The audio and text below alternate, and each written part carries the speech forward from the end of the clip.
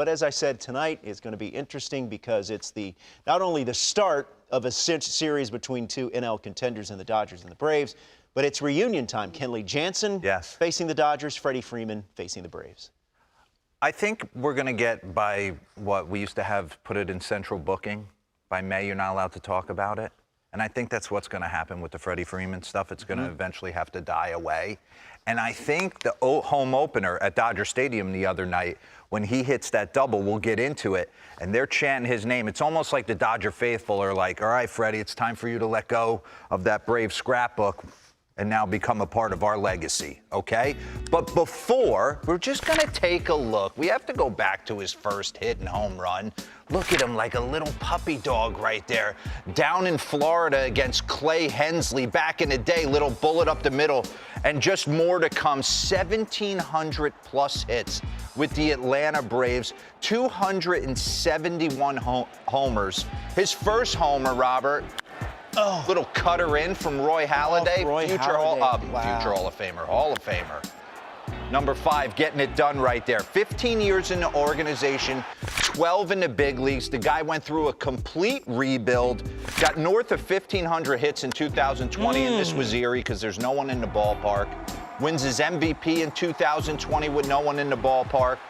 But he went through the complete rebuild, signed the long-term deal, and what happens? You go on to win 4 consecutive division titles. You win an MVP in 2020. There he is with Chipper Jones, just absolutely hitting bombs all over the lot from start to finish. And I think his swing's unslumpable, right? He gets off to an occasional slow start, but he's just not looking. Yesterday was a perfect example, the 4 knocks, just playing pepper with the baseball. This was a moment. I had never seen him react like this in 2021 off Josh Hader in Game 4. Him taking that slider opposite field to advance them to the NLCS, where they would take down the Dodgers and then go on to win the World Series against the Houston Astros. And his last swing, look how fired up he is. Curtain call. That's when you're saying to yourself, there's no way he leaves.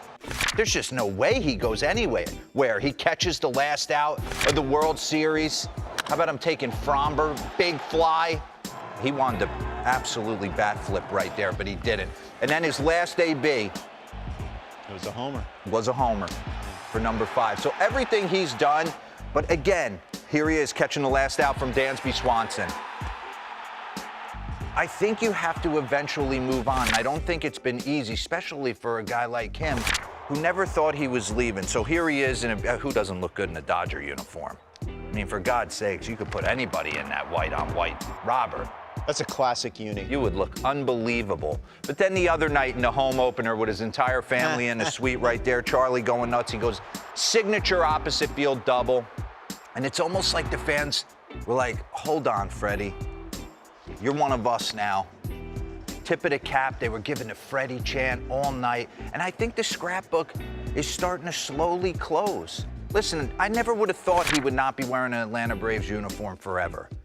But it didn't work out that way, and I think what you're seeing now is you can look back and love the career he's had, and for the most part, a lot of people still be disappointed he's not wearing that uniform. But Matt Olson certainly has gotten off to a nice start to kind of quiet some of that.